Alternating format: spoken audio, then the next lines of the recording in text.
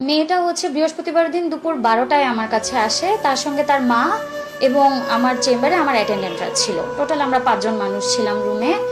তো আমি যখন মেয়েটাকে জিজ্ঞাসা করি যে মা তোমার কি সমস্যা লাগে বলো, সে প্রথমে খুবই ভয়ে ছিল। একটু কনসোল করা হলো, তাকে একটা কলম একটা চকোলেট দিয়ে একটু কনসোল করা হয়েছে। তারপরে সে আমাকে বলল ম্যাডাম আমার পেটটা ভার ভার লাগে, কি জানি লড়ে। আমি একটু অবাক হয়ে গিয়ে আবারও তাকে জিজ্ঞাসা করেছি যে মা তোমার কি সমস্যা লাগে। সে আমাকে বললো আমার পেটটা ভার ভার লাগে, কি জানি লড়ে। এরপরেও হচ্ছে আমি তাকে তার মার কাছ থেকে কিছুটা শুনলাম যে কি অবস্থা। তারপরে আমি আবার তাকে জিজ্ঞাসা করেছি যে মা তোমার সাথে খারাপ কাজটা কে করেছে। সে শুধু হুজুর, হুজুর শব্দটা সে 2বার বলল, হুজুর বলে বাচ্চাটার পুরো ফেসে আসলে এতখানি ভয়ের এক্সপ্রেশন ছিল, সে এদিক ওদিক তাকাচ্ছে রীতিমতো। সে কমফোর্টেবল না, সে একদমই আনকমফোর্টেবল, চোখে মুখে পুরোপুরি ভয়। এবং সে বারবার হুজুর ওয়ার্ডটা 2বার রিপিট করার পরে বাচ্চা আর কোনো কথাই বলতে আগ্রহী না, সে আর কোনো কথাই বললো না। পরে আলট্রাসোনোগ্রাফি রুমে আবার তার মা ছিল। আমরা যখন বাচ্চাটার আলট্রাসোনোগ্রাম করি তার মা ছিলেন রুমে। তার মার সামনেও আমি তাকে বারবার বলেছি যে মা এরকম কেউ করলে, কেউ ব্যাড টাচ করলে তাকে মার দিতে হয়, তোমার মা কি তোমাকে বলেননি? তো সে দেখলাম যে বাচ্চাটার আসলে কোনো নেই, আগ্রহী নেই তার এই কনভারসেশনটাতে। সে শুধু একটাই হুজুরের নাম উচ্চারণ করলেই তার একটা চোখে মুখে ভয়, এবং সে আর তখন চোখে চোখ রেখে কথা বলতে পারে না, এদিক ওদিক তাকায়। এই মেয়েটা হচ্ছে ইয়াতিম, তার বাবা ইন্তেকাল করেছেন অন্তত আরও 4-5 বছর আগে। তো এই মেয়েটা তার নানির কাছে মানুষ, নানির বাড়িতে থাকে। আর মেয়ের মা সংসারের খরচ জোগানোর জন্য সিলেটে গৃহকর্মীর কাজ করেন, মানুষের বাসায় গৃহকর্মীর কাজ করেন। তো মেয়েটাকে তিনি এলাকাস্থ ফাতেমাতুজ জোহরা মহিলা মাদ্রাসায়, কওমি মাদ্রাসা ফাতেমাতুজ জোহরা কওমি মাদ্রাসায় ভর্তি করেন, যে মাদ্রাসার প্রতিষ্ঠাতা পরিচালক হচ্ছেন আমানুল্লাহ সাগর, এবং ওনার ওয়াইফ হচ্ছেন এই প্রতিষ্ঠানের মেইন দায়িত্বে, উনি হ্যান্ডেল করেন সব কিছু। তো গত নভেম্বর মাসে নাকি বাচ্চাটাকে ছুটির পরে বারান্দা ঝাড়ু দেওয়ার জন্য বলা হয়। আমানুল্লাহ সাগর হুজুরি নাকি বাচ্চাটাকে বলেন বারান্দা ঝাড়ু দিয়ে তারপর বাসায় যেতে। তো বাচ্চা বারান্দা ঝাড়ু দেওয়া শুরু করে। বারান্দা ঝাড়ু দেওয়ার এক পর্যায়ে নাকি হুজুরটাকে বলে হুজুরের যে রুমটা, প্রতিষ্ঠাতা পরিচালকের যে রুমটা, এই রুমটাও যেন পরিষ্কার করে দেয়। তো বাচ্চা রুম পরিষ্কার করার জন্য ভেতরে ঢুকলে উনি দরজা বন্ধ করে বাচ্চার সঙ্গে এই পৈশাচিক আচরণটা করেন।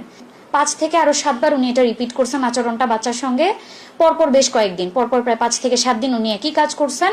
এবং বাচ্চাকে ভয় দেখাইছেন যে বাচ্চা যদি কাউকে বলে দেয় বাচ্চার নানিকে মেরে ফেলবে, বাচ্চাকে মেরে ফেলবে, বাচ্চার মাকে সিলেটে খুঁজে নিয়ে মারবে, সিলেটে মেরে ফেলবে, এমন ভয় দেখানো হয়েছে বাচ্চাকে। বাচ্চা ভয়ে কাউকে বলে নাই।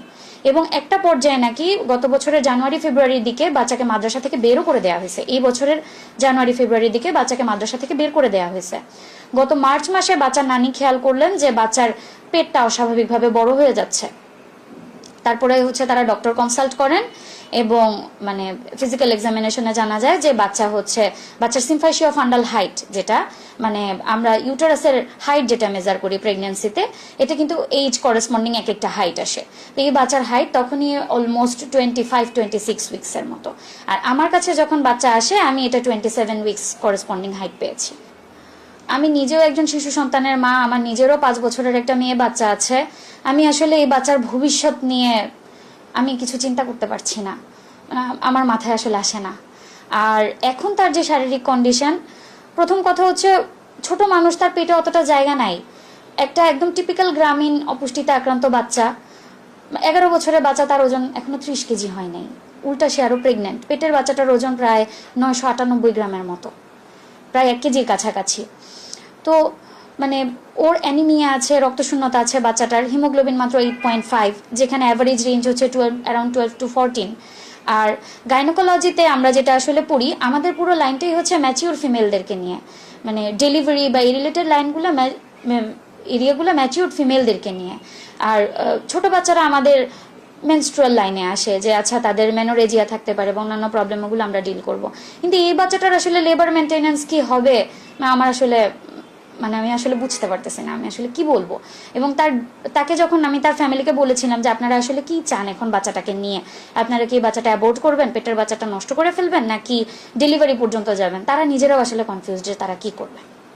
তারাও আসলে বুঝতে পারতেছে না। আবার তারা অ্যাবর্শনের কনসেন্টও দিচ্ছে না, যে বাচ্চাটা আবার অ্যাবর্শন করতে চাইলেও এটা আসলে আমরা কিভাবে অ্যাবর্ট করব, এখন সাথে 27 উইক্সের একটা বাচ্চার জন্য তো আমরা এই ছোট বাবুর পেট কাটতে পারবো না। আবার একে যে নর্মালি আমরা বের করবো ওই সুযোগও তো আমরা পাবো না, বার্থ ক্যানেলে ওই পরিমাণ স্পেস নেই।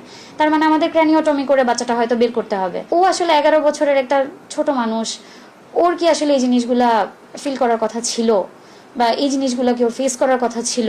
আর এখন যে সামাজিক হেনস্থাগুলা হচ্ছে, ওর তো আসলে মানে বিয়ে শাদী বলেন বা ফিউচার বলেন, ওটা নিয়ে তো আসলে কিছুই নেই ওর জন্য, আসলে কিছুই নেই। আবার এটা যদি আমরা ম্যানেজ করতে যাই, আমরাই বা কোন লাইনে আসলে ম্যানেজ করবো? আমরা কোন ডোজে তাকে ওষুধ দিব? পেডিয়াট্রিক্সের লাইনে যেটা, যে বাচ্চার ওজন উচ্চতা মেপে ওকে ওষুধ দিব, নাকি নর্মাল ডেলিভারির লাইনে যেটা আছে যে স্যালাইনের মধ্যে এতটুকু পরিমাণ ওষুধ দিয়ে আমরা তাকে